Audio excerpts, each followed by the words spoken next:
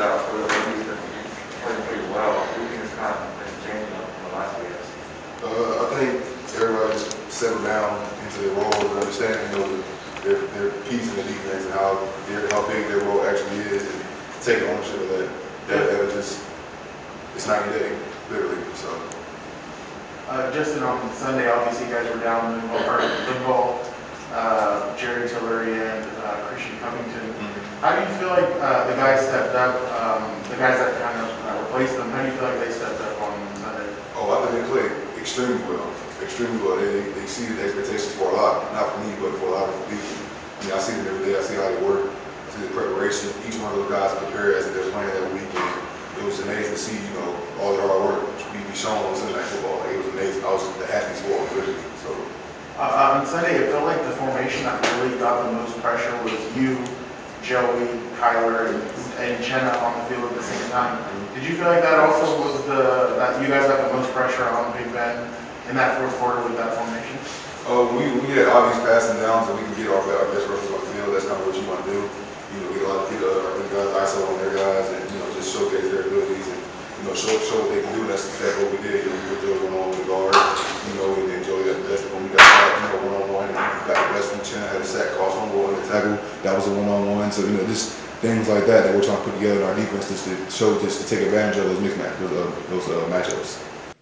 You were out there quite a bit on Sunday. How did you feel? Were you getting gassed at all? Or? I felt fine, honestly. Okay. Like I didn't even know I played that much until after the game. My coach came to me today. And he was like, "Yeah, we're gonna kind of cut your reps today." I'm like, "For what?" He was like, "You played a lot." And I was like, "I'm pretty sure I played about the same as I normally play. It's just that we had less reps on defense." So yeah.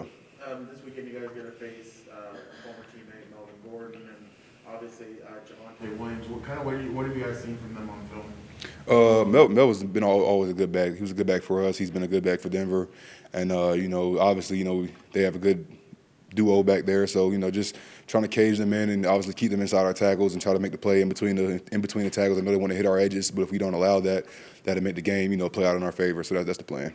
Just you talked about while you were out, kind of studying with the team, participating in team meetings. Mm-hmm.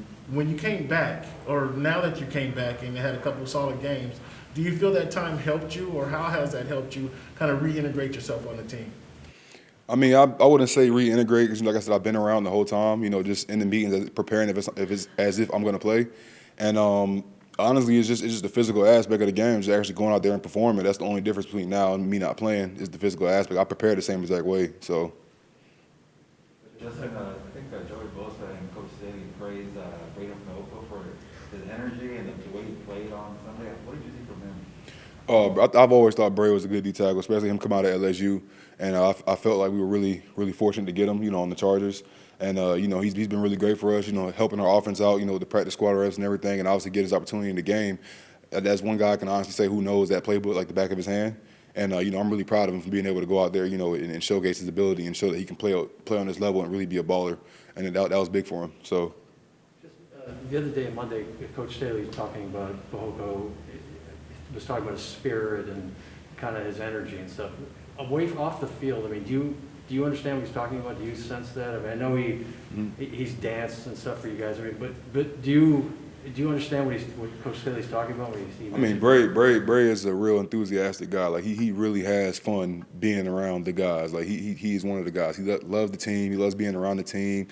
You can see it when he's on the field. You can see it when he's in the locker room, playing ping pong with the guys. When he's, talking about college football. When he's talking about LSU, like. You can see it. Like he just loves being around. That's something you can't take for granted. Is it still sting a little bit last year when the last time you guys went to Denver, being up 21, and then obviously they came back and they were able to turn it around on you guys? Oh, I didn't even think about that until you just said something. Like it's a whole different team. A whole different team, whole different scheme, like whole different coaching staff. Like so, the team we had last year is not the team we have this year. So going into this game, we preparing for this one like it's a whole new entity. Like we've never played these guys before. They haven't played us. We're a whole different team. They're a whole different team. So I don't even think about what happened last year. Speaking of that, Teddy Bridgewater is their quarterback. Kind of what have you guys seen from him on film? I think he's a better quarterback than he gets credit for, in my opinion. And that's something that we can't take lightly because, he really is a smart quarterback. He's always been that way. And, we just have to prepare for him like we prepare for every quarterback every week. So. What makes Teddy Bridgewater a better quarterback, as you say? He's a dual threat. He's a dual threat quarterback. Obviously, he can run with his feet. He can run. He can pass. He's not afraid to hit the check downs. You know, he's smart with the ball. So just taking all that into consideration when it goes to going and playing them, that we have to take all that into consideration, knowing that he has the ability to make these good decisions with the ball. So we have to be right on all our things. So yeah. Justin, I know it's nothing new now to face Bradley across on the other side, but the fact that you guys are veterans now and you've had a few matchups under your belt, just how special are these moments between you two? It's definitely special. It's definitely special. But you know, at the end of the day, you know, I'm trying to win. You know, I'm trying to beat them down actually, like pretty badly, like taking no prisoners. Like it's a real good. It's gonna be a real good game for everybody. Our coaching staff, our players, me myself, obviously knowing some people on that team. You know, some of our coaches coming from Denver. You know, it's gonna be a real emotional game. Like everybody wants to go out there and just play their hardest and coach the best they possibly can, and just try to win this game. Is there a scorecard you and Chubb have in the offseason about who gets what? Say it again. Is there a scorecard in the offseason between you and Chubb? It's kind of like bragging rights. You know, going into the off season. You know, who's won more than who.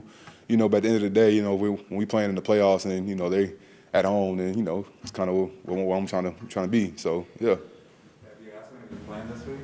I don't know. I don't know if he's playing this week or not. But if I had to go against Rashawn Slater, I wouldn't either. You know what I'm saying? On Monday, Chenna was talking to us, and he said basically we're asking about the run defense improving. He said it was just basically guys just getting pissed off and saying enough of this, let's just man up and start beating people. You were not out there for a lot of that, but I mean, do you agree with that? Was it kind of a mindset, just an idea of like, hey, it's time to we all need to kind of step up and just kind of. I think he said punch people in the mouth. Yeah, you know that can kind of get taken out of context too. That's not just the physical aspect of the game. That's also the mental part too. Like you got to get down. You have to really take the time outside of the facility to sit down and study your position. You know, study the guys next to you, understand your role in the defense, and understand how your part is really important to our defense and how we can play as a whole and play as one.